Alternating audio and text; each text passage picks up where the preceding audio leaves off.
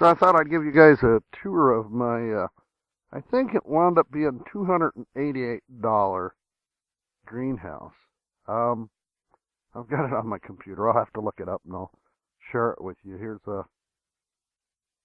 Here's a list of all the supplies I bought, and we have a local big box called Menards, and I got a $25 rebate off of a lot of the stuff I bought. Every once in a while they have an 11% off of everything you buy in the store. So I took advantage of that. And this greenhouse is 12 by 24, so it's pretty good size for that price. And I'm not quite done yet. I started building a little retaining wall here, and we'll fill the holes in with some flowers. And I think I'm going to put a drain tile around the whole thing and get some drainage. I've left these ends loose because I'm not quite sure how I'm going to deal with that. Now, I tacked the bottom down here with just some scrap boards, and here real soon I'm going to have to put a few bucks together, and this is going to become a roll-up sides on both sides and help ventilate it in the heat, because it is starting to get pretty warm in there. And full disclosure, you guys, I did have this metal siding. I came out here and painted it one day. It's a galvanized color, and I painted it, and then it rained right after, so I got to put another coat on it. I've got to put some trim up around this edge. And I did have this is a scrap storm door that I actually picked up at the junkyard, and the bottom of it was all messed up, but it's not very tall. It's about 6 feet, I think, maybe 6'3", and so I just cut the bottom off where it was rotted out. And we'll step inside here now.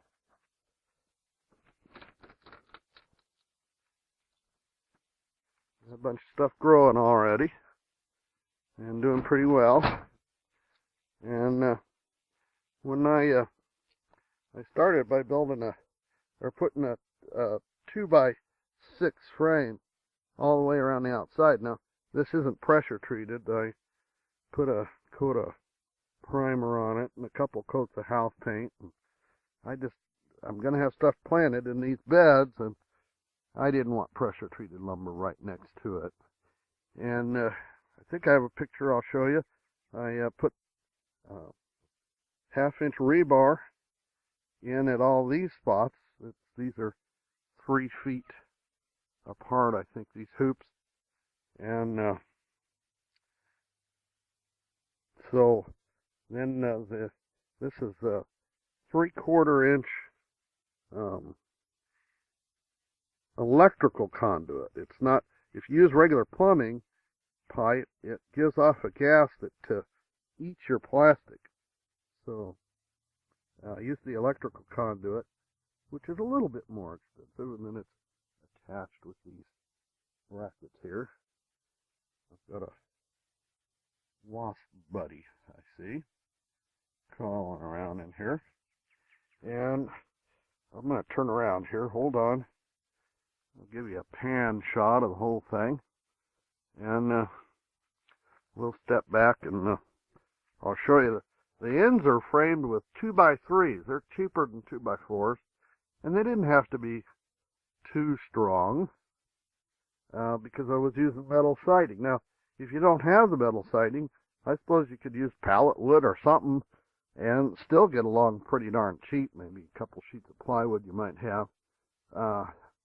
Like I said, full disclosure, I did have a couple things, and I don't want to say that the whole thing would cost you,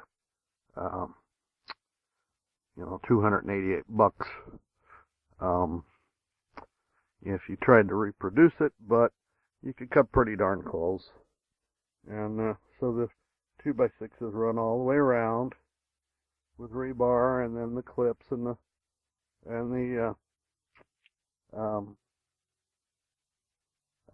EMT on the hoops. And I'll do a separate video on all the plastic and stuff I'm using, because I think it's a lot more sustainable than you might think. We'll do a whole video about why I'm using it and how it's working out for me and stuff. At some point, I've got 2 posts here in the middle, and they're set in concrete, and they're just a couple of 2x3s screwed and glued together with some brackets and 2x4 across the top is all. And then these hoops are screwed in from the top. I just countersunk a hole. I can't show it to you. And each hoop takes 2 10-foot pieces, and they come with a deal where you can glue them together, and they're glued together. And then the 2x4 goes all the way across, and got a little header made up there. But it's done really well. We've had some 50-mile-an-hour plus winds over the course of the winter.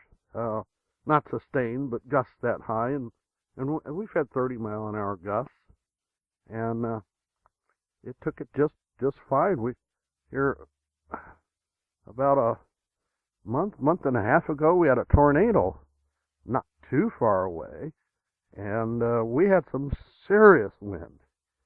I've got a lot of stuff kind of sitting on this bed, and this will become tomatoes too. And obviously I've got tomatoes here, and they're getting tall enough I got to start thinking about putting some wire up.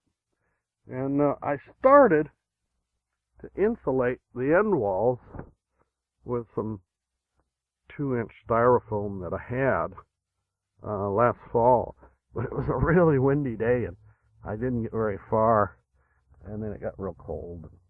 But my good friend Larry up in Brainerd, Minnesota will know exactly what these are. These are from drilling out buckets for air layering the roots on some stuff. And he's got a great channel. Maybe I'll put a link down in the more info box. You should check his channel out, because he's the guy that came up with the whole rain gutter grow system. And these little brackets on the side, these diagonal braces, they really help strengthen things. And then I've got a window on this side, and this is just an old storm window. And I hung it upside down so I could get high and then low ventilation and get more airflow through here. That's my compost bins out there. And then, so it's done really well. We did have a real hard frost a couple weeks ago. Definitely would have killed anything that would have been outside. And my tomatoes did take a tiny bit of frost damage. Not bad. And this is all new growth. They're doing fine. And I'm hoping, I think somewhere I already saw, I've got one bloom coming on. Yeah, more than that. I see a couple over there. There's one here. So our first farmer's market in the area is going to be June 7th. So I'm hoping to have tomatoes by then, and lettuce and a bunch of stuff. But this is getting to be a pretty long video already, so we'll leave it here, and as time goes, I'll give you more videos on stuff going on in here, and we'll catch you next time, and by gosh, we'll get through this, right?